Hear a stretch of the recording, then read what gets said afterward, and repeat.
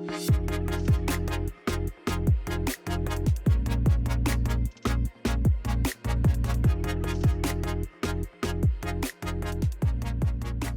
afternoon, everyone. I'm Glenn Osaki. I'm the director of the USC Annenberg Office of International Affairs, and I'm acting as the director of the USC Center on Public Diplomacy.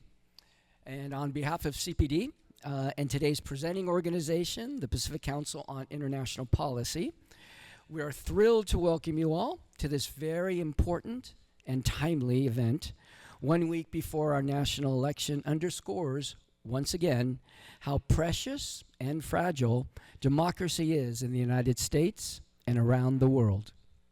But before we show today's film, On the Brink, The Battle for Democracy, I'm honored to introduce you to our two very special guests who will be in conversation following the screening. First of all, I'd like to welcome Zidaan Kapoor. Zidaan is a 17-year-old activist, entrepreneur, writer, and the award-winning filmmaker of On the Brink. His films have earned international awards and have been screened at festivals across the country. Zidaan is also the founder and director of the Bravemaker Student Film Festival and a fellow at the World Liberty Congress. His work has been featured in the New York Times, and he was recently named a 20 Under 20 Young Innovator Changing the World by Diversity in Action magazine. So please, everyone, warm welcome to Zidaan Kapoor.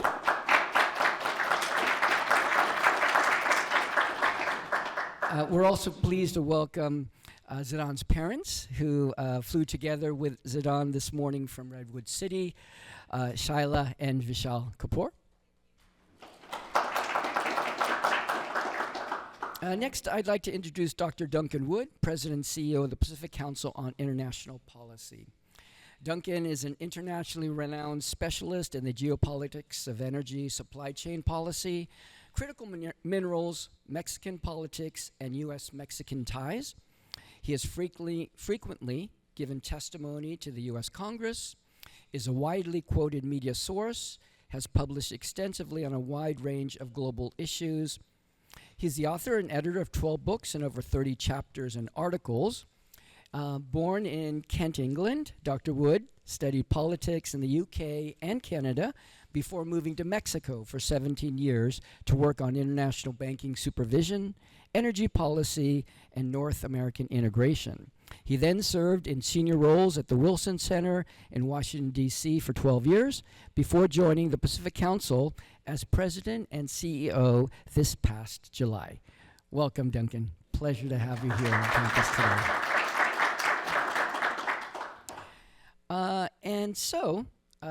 Without further ado, let's begin our screening of On the Brink, The Battle for Democracy. And then after the screening, we'll invite Zidaan and Duncan to come forward to have a conversation. They'll also discuss a bit more about the film, but we want you all to be able to enjoy it first. Please complete your lunches, but just be a little bit sensitive to those around you. And let's roll the film. Thank you.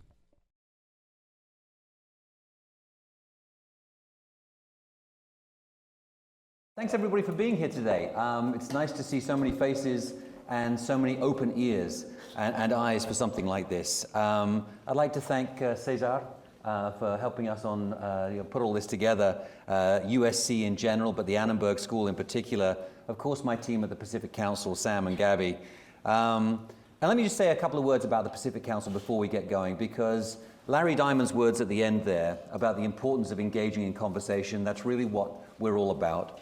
I say, we try to bring the world affairs to Los Angeles, and we also try to bring Californian voices more generally to conversations about world affairs. And those conversations are sometimes uncomfortable. They're sometimes difficult. Often you're listening to people with whom you don't necessarily or naturally agree. But the most important thing there is actually the engagement. And today, you'll be hearing a lot from Zidaan, less from me, but we'd like to hear from you. And so your reactions to the movie, your thoughts and ideas as well. So we hope that we can count on your questions and your comments today. Zidaan, Glenn talked in his introductory comments about the timely nature of this documentary. But of course, you filmed it a little while ago, as happens with all films.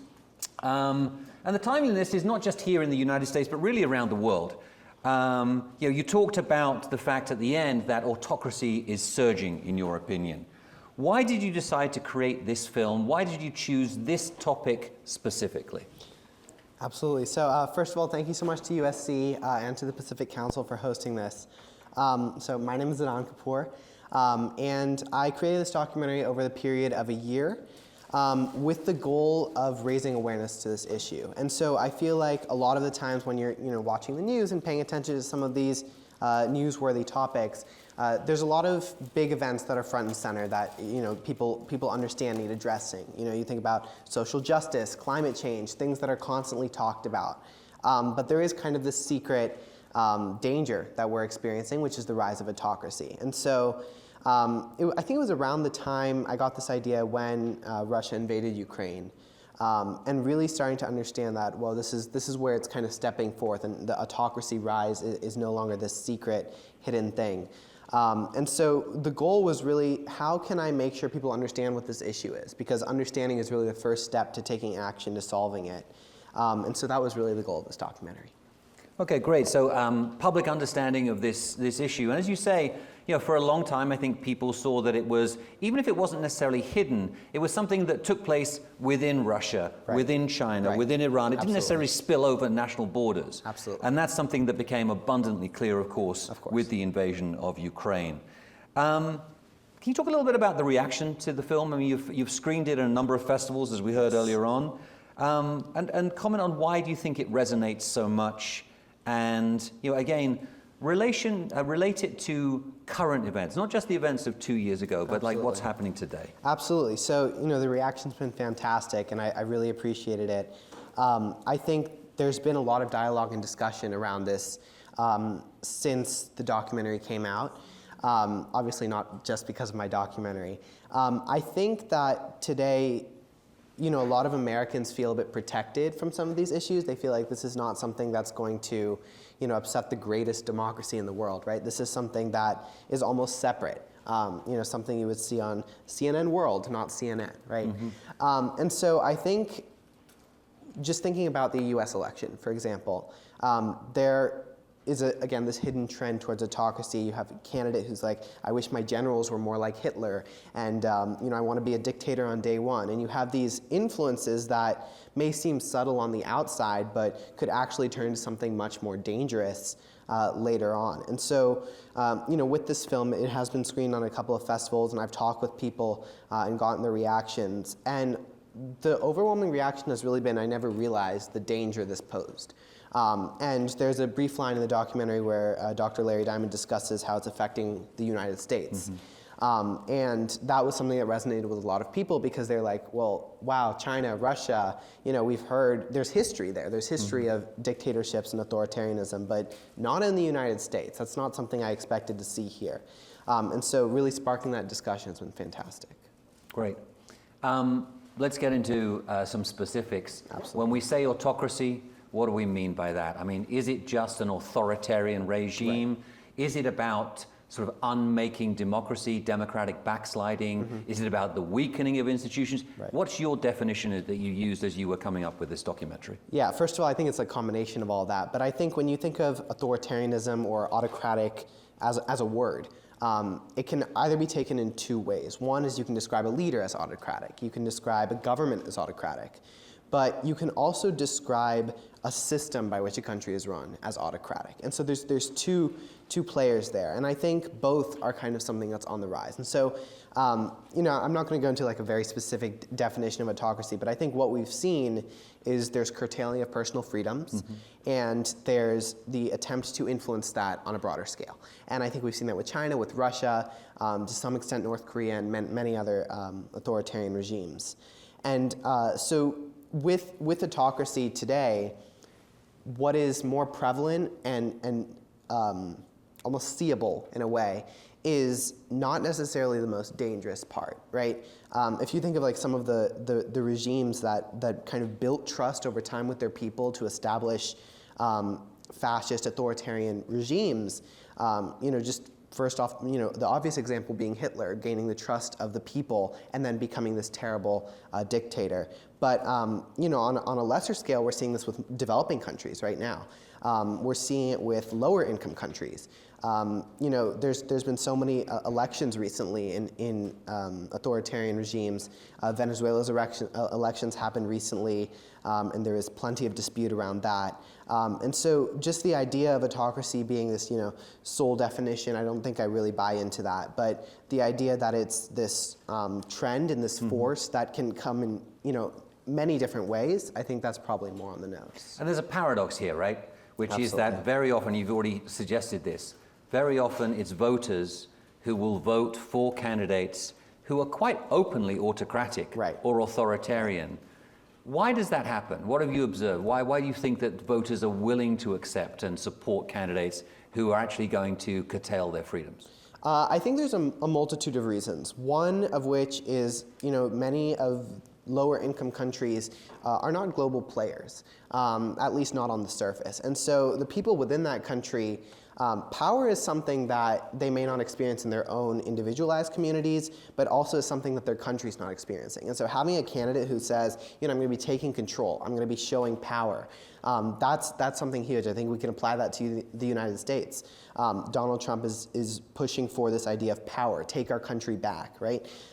And I think the idea surrounding that is really resonating with a lot of people who are thinking that there's a decline in global influence. And so you see this in many different countries.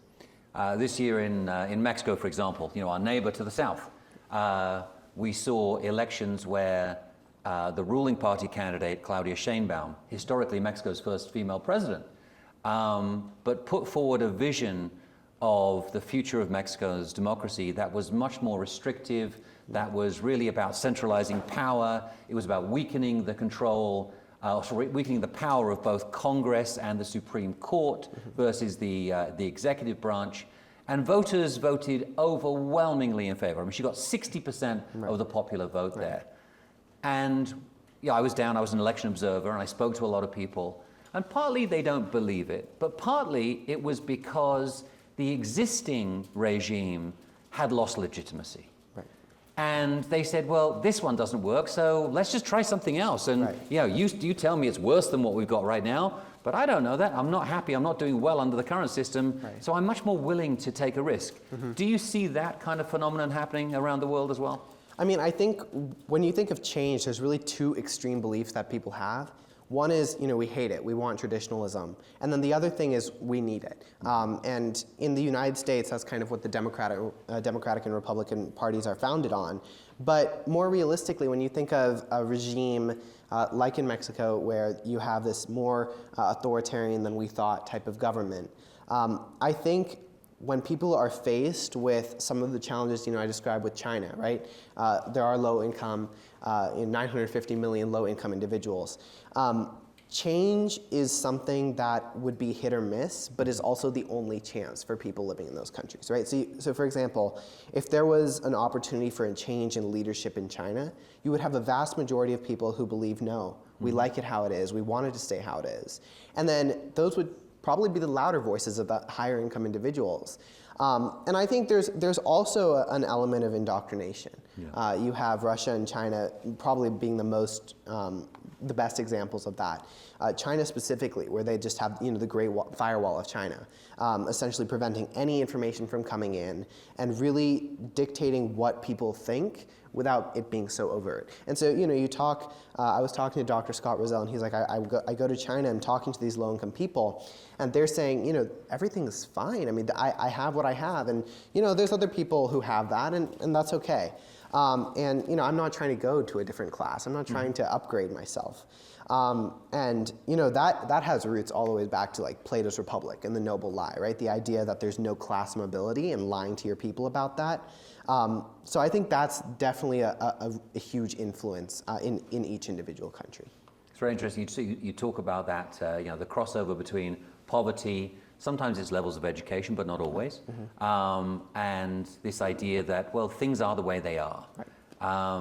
And we had a president in Mexico prior to this, Andrés Manuel López Obrador, who talked about the dignity of poverty. And he celebrated poverty, and he actually made public speeches against people who aspired to be better by making more money. Right. And that resonates with a lot of people who say, well, you know what, that's absolutely right. Why should I? Right. I'm never going to make it, so this is okay. Now, you've already hinted at this, but I want to talk about the crossover between autocracy, authoritarianism, and two factors. One, nationalism, and the other one, technology, because you began to come on that. First of all, on nationalism. What is the connection there? Why do you think that so many autocratic regimes really cloak themselves in strong ideas of national identity? Well, there's two things there, one of which is maintaining legitimacy. Obviously, that's crucial for authoritarian regimes who face kind of this struggle of two ideas. One is you have to show the world that you're a functioning country and that you can participate economically. And two, you have to show your people that as well. And the easy way to do that is to just shut everything down and make it so that nobody knows what's going on in there. Most extreme example probably being North Korea, right? We don't really know how the people in North Korea live. We have numbers that say there's extreme poverty there, but no idea of that coming from North Korea. And so you have that idea of maintaining legitimacy. But I think also nationalism as an idea is often associated with authoritarianism. And I think the reason why is because nationalism is associated with almost an extreme idea. Yeah. And so, there is nationalism in democracy. I would argue that there are definitely aspects of the United States, Canada, a lot of newer democratic nations which have this feeling of pride and nationalism. Thinking back to the American Revolution, you had a new country, it was a democratic country, and people were proud of it. It's still a sore point for me, I have to say, as a Brit, I'm sorry. Absolutely, but the idea of being proud of your country is kind of how I would associate nationalism. Now, obviously, that's not the strict definition of it, and you have authoritarian regimes who are using nationalism as an excuse. Yeah. Nationalism is supposed to be a good thing, but you have these leaders who are saying, well, listen, I'm putting our country first, and it doesn't matter how I do that. I mean, nationalism to me is one of those things that you can turn it for good or you can turn it for bad. Absolutely. If it's all about supporting democratic institutions, you say that is an expression of your national identity, it becomes a very powerful force. Absolutely, definitely. And I think that many of us, our generation, were raised with that idea, that it was a manifestation of your national pride to be democratic and to support the balance of power, for example. Let's talk about technology. You talked about the Great Firewall of China, but China, of course, has many other tools that it's using, technological tools, including CCTV cameras pretty much everywhere. Facial recognition. Exactly. Talk about that a little bit for us. Yeah, so I think any way you can enable control is going to make you a more powerful autocratic nation. I like to compare it to 1984 by George Orwell. It's a very technology-focused society. You have all kinds of technology that we didn't even think could exist. And then you come back to the real world and you're like looking at China, and you're like, well, wait a minute.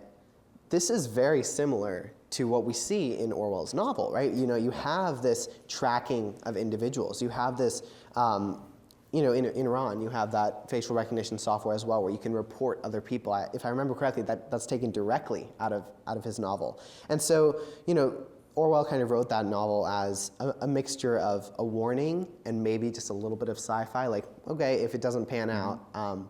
But I think seeing that extreme example, we can see it reflected with the technology in China, Russia, and some of the other authoritarian nations is extremely worrying. Yeah. But I will say this, that even in democratic societies, we are remarkably willing to give up our personal data. Whether we know it or not, right? I fly a lot. I go through Clear every time. They have my retinal scan. Yeah. They have my fingerprints. Yeah. Now, these are private actors, but I don't really know what they're doing with it. Not that I believe in conspiracy theories that they're doing anything nefarious with it, but it is amazing how willing we are to give up those that data in exchange for a little bit more comfort and convenience. And one of my favorite movies of all time is Snowden, where you talk about Edward Snowden and how he leaked everything from the NSA, and kind of comparing that to some of the research I was doing for this documentary. Talking to people and talking to people who have talked to people living in authoritarian countries, kind of saying, well, I don't mind having my personal information out there because I like my life. Yeah. And here in America, that's something so shocking for us, where we're like, you have everything about us. I mean, that's my personal private information. And that's why that was really so shocking, but it's pretty much a norm in autocracies. Absolutely. And turn to the audience in 1 second. So please, if you have a question, get ready to surprise us with it. But I have one last question for you, Zidaan. Absolutely. Which is, I'm old, you're young. There's about 40 years between us. Are you optimistic about the future? Because it's going to be your future. It's not going to be my future. I mean, I'm about to ride off into the sunset. So, are you optimistic about the future? Again, let's come back to that comment that is there. Autocracy is surging. Right. Do you still feel that way? And how do you think we turn the tide? I do. I think autocracy has become, to me, a very frightening term. As a young person who cares about the future of our world, I would say that it's extremely concerning to me. One, because I don't feel like there is enough attention going to it. And something with, for example, let's take climate change, right? Tons of attention between maybe 2016 and 2021. Around COVID, there was a lot of talk about it as well. And then since then, it hasn't been in the news much, right? And we still know it has the potential to destroy Earth as we know it, and potentially make it extremely difficult for humans to live. And then you go over to authoritarianism. And me personally, in 7th, 8th grade, reading all of these terrifying novels like, The Giver, 1984, Animal Farm, and learning about what the worst of autocracy can be. Then, entering high school and learning about what's happening in the world and how similar it is to all of these novels. Yeah. So that doesn't sound very optimistic, but I would say that it is obviously not impossible to change the tide, right? Autocracy is surging, but that doesn't mean we're like, okay, let it surge, right? Yeah. You can have, these conversations are a big starting point for that. It is reaching people of power, this idea of autocracy's rise. And I've definitely seen it covered more in the news recently. And so, I think the driving factor is going to be attention. Mm-hmm. And once there's attention to an issue, people start to understand that issue. I like to say the worst thing in my life is when I don't know something. If I come across something and I don't know it, it could hold anything. It could be a terrible surprise, right? And so with authoritarianism, we don't want it to be a terrible surprise. And so having these conversations and dialogues, I think, is really important. Wonderful. Questions from the audience? We've got a hand up at the back there. Thank you for being the first. It's always very important. Hi. So I was wondering... Sorry, could you introduce yourself? Oh, yeah. My name's Alex. I'm in the Master of Public Diplomacy program. And I had a question about the end of the documentary. So you were saying you wanted to bring awareness to action. And so I was just wondering, what action do you think, or what are some examples of action that you're talking about? Right, so that's a fantastic question. I think what I was mainly discussing there is, so I think I'll give an interesting example. So I'm a TA for a comparative government class, and one of my co-TAs is a stark Trump supporter, and I'm not. And we had a discussion recently where she expressed, this absolute shock that I could be supporting Kamala Harris and what that meant. And, my first reaction was, whoa, okay. And then I was like, well, this is a fantastic opportunity to try out some of this action, right? This is someone who literally could not be more opposite of me when it comes to the political spectrum. And, I'll skip to the ending and then go back. We're great friends now. Mm-hmm. And we had this spirited discussion, and we went back and forth, logical, rational, nobody was getting upset, but, exchanging sources. And I think something about that process just sparked a little bit of hope in me, where I was like, this talking, it's not something that you think, oh, wow, talking, we're going to change the world by talking, right? But when I'm having that conversation and knowing that I can actually, bridge the gap of the political spectrum with somebody who just does not agree with anything of any one of my political ideas. That was a fantastic a note to end on. So I think dialogue is what I was discussing most. And then obviously, just experiencing a diverse amount of perspectives yourself. I personally have about 5 daily briefings I receive every morning from Fox News, CNN, every side of the political spectrum, just trying to hear all these different ideas. And so I think diverse perspectives and dialogue would be the main things there. Thank you. Yeah, of course. I'm Karen Loveman, and I was here in the 70s, 1970s. Following up on this gentleman's question, when you're talking about conversation and dialogue, can you give specifics? I think that's really important when you're talking to opposite sides of the political spectrum. Besides, what do you mean you're supporting Trump? What do you see in Kamala? What specifics and what kind of questions do you ask besides we're having a conversation? Thank you. Absolutely. So I think I want to just say this first, that the conversation itself is like 70-80% of the job in my opinion. Obviously, I came into that conversation knowing there was no chance I was going to convince her, because you can't really bridge the gap that far. But I think once I started to, so a few issues we talked about was, one was just about the characters of the candidates themselves, Trump versus Kamala Harris. And then the other one was abortion, we briefly discussed as well. And so I put forth a few arguments. I'll just give a few examples. I'm pro-choice, and I put forth the idea that the government should not be able to decide what women can do with their bodies. And then with character, I brought up Trump's felony counts, et cetera. And so it was a very, surprisingly so I think, a very civilized discussion. She gave her responses back, cited a few sources. But I think when you're going about these conversations, the goal should not be, let me try and change this person's mind.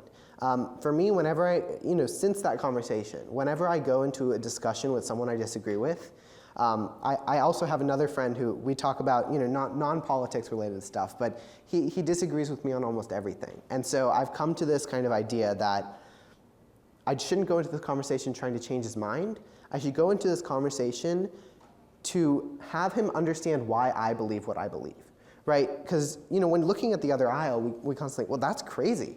How could they possibly believe that? It makes no sense. But once you start to understand their background and their experiences and why they believe what they believe, that is a fantastic place to bridge the gap. And I would say this as well. I mean, the conversations I've had, in Washington, D.C., for example, where folks on the right of the political spectrum tend to be the exception rather than the norm, because folks who live in DC are mostly Democrats. But when you have those conversations, one of the most important things that you can do is to actually listen to what the other person is saying. And I know that sounds like a very basic thing, but once you begin to listen, even if you don't fully understand what their reasons are, so one very good friend of mine, for example, very well-educated woman, has some pretty liberal beliefs on many things, but is a Trump voter because she's a one-issue voter. And that was, she very much believes in the right to life. I mean, she is anti-abortion through and through, a Catholic from Arizona. And she says, I know that he's not everybody's dream candidate, but I support him because of what he's done there. And that's the single most important issue. And it just very much helped me to understand why. And I think it helps us to bridge the gap, because one of the most dangerous, nefarious things happening, not just in the United States, but around the world today, is that if you don't agree with me, you're my enemy. The tribalism that we now have in politics is extremely dangerous. And I always come back to this one story, which is that, I had a beloved grandfather. He died when I was 10 years old. And, he was just a lovely, lovely man. But years later, I was looking through the family album with my Nana, his widow, and there were 2 photographs that were missing. And I said, Nana, what happened to these photographs? She says, oh, those were 2 Jewish friends of ours. Fred didn't think we should have them in the album. And I was like, oh God, Granddad was a Nazi. And he wasn't, but he was anti-Semitic. Now, was he a bad person? Well, that was not a nice thing for him to believe, but he was a good guy. And you see this all the time. You go out into, you travel around this country, go a little bit outside your own echo chambers, and you speak to people, you say, these are good people. They believe things differently to me.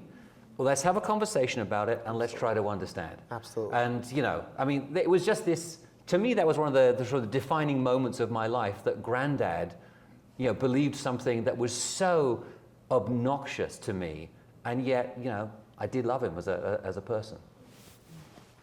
Hi, thank you so much for your presentation. I felt like the video had a very personal touch for me because I grew up in LA.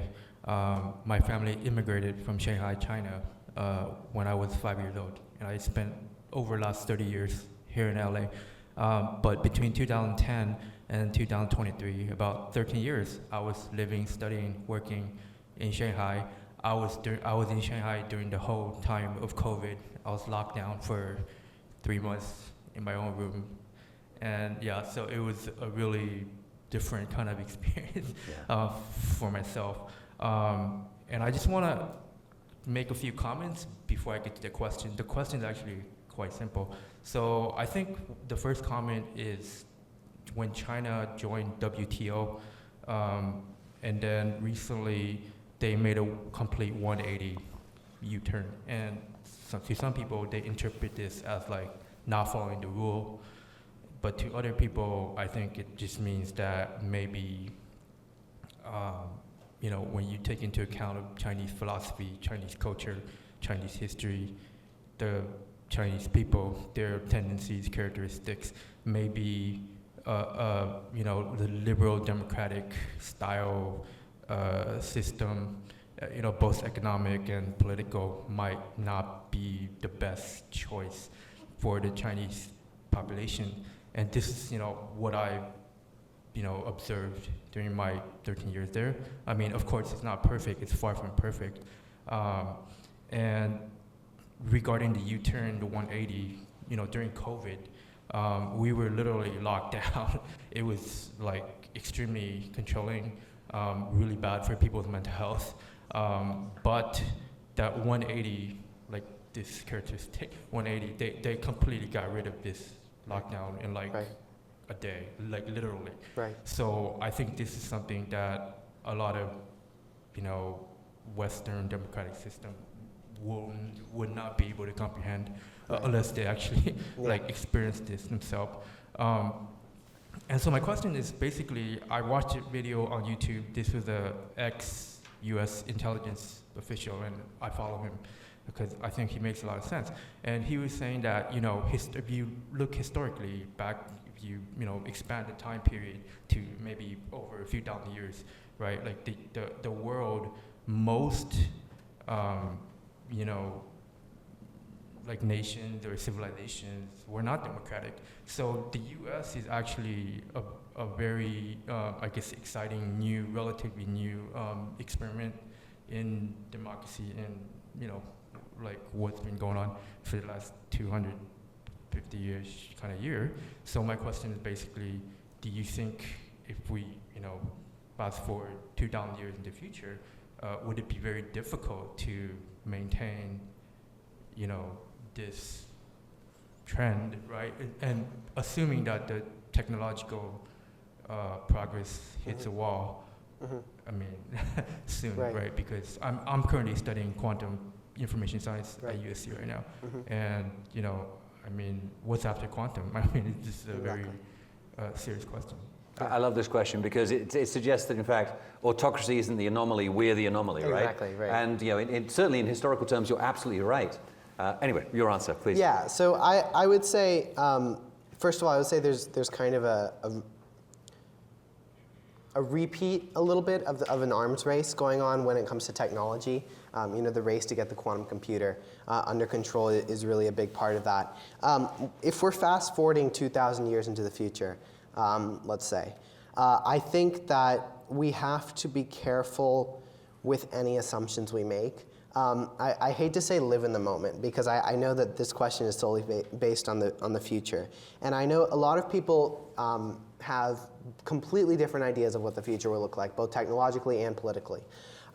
So while I can't exactly speak to what we're going to see 2,000 years in the future, I do take your point that there are elements of autocracies that keep populations safer than democracies, because democracies by definition allow more discourse and disagreement, and that makes policy much harder to enact. And so when you have China, for example, with the complete lockdown and getting COVID under control much quicker, You have to ask yourself, based on each individual threat that we might face in the next 2,000 years, how does it weigh against freedom?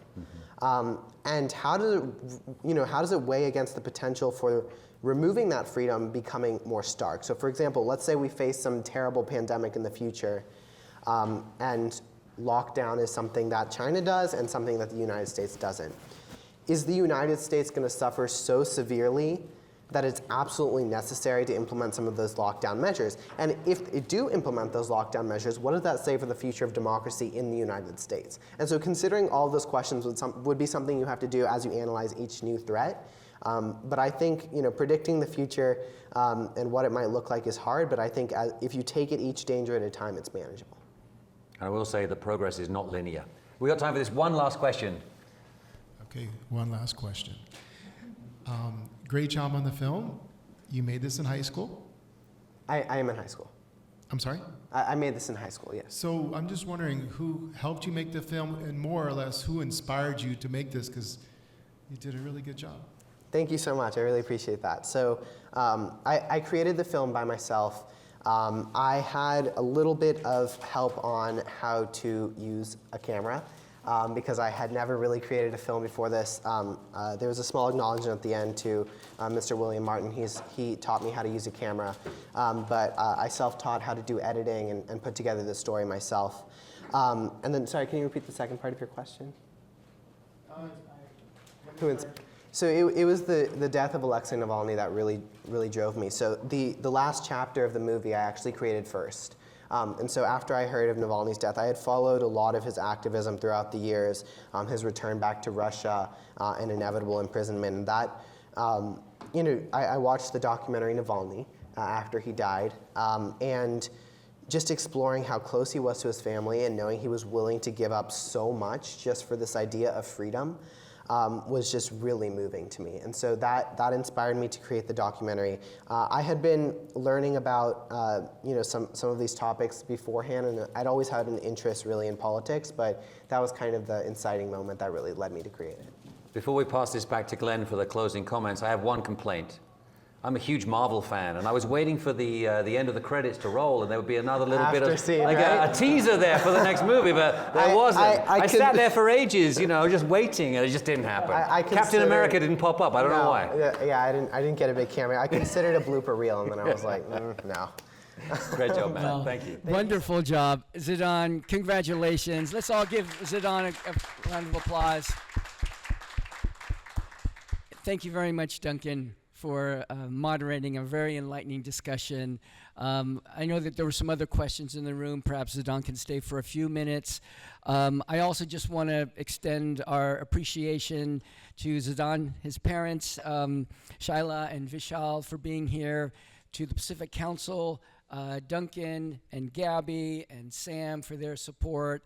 From CPD, I want to thank our board chair, Barry Sanders, for being here today. As well as Cesar and Renee for their support. And the next CPD-sponsored event is actually a talk with Professor Nick Cole, who is here with us today. So, Professor King, next Tuesday, Election Day, November 5th, from 12:30 to 1:30 about reputational security, refocusing public diplomacy for a dangerous world. It's kind of an interesting follow-up to this conversation. And then later that evening, please do stay also for the election watch party that will be taking place here in the Annenberg Forum from 7 to 11 p.m. We have many of our experts, faculty and staff that will be on hand to give their expert commentary for a very consequential election. Don't forget to vote if you haven't already submitted your ballots in. And thank you all for being here today. Thank you.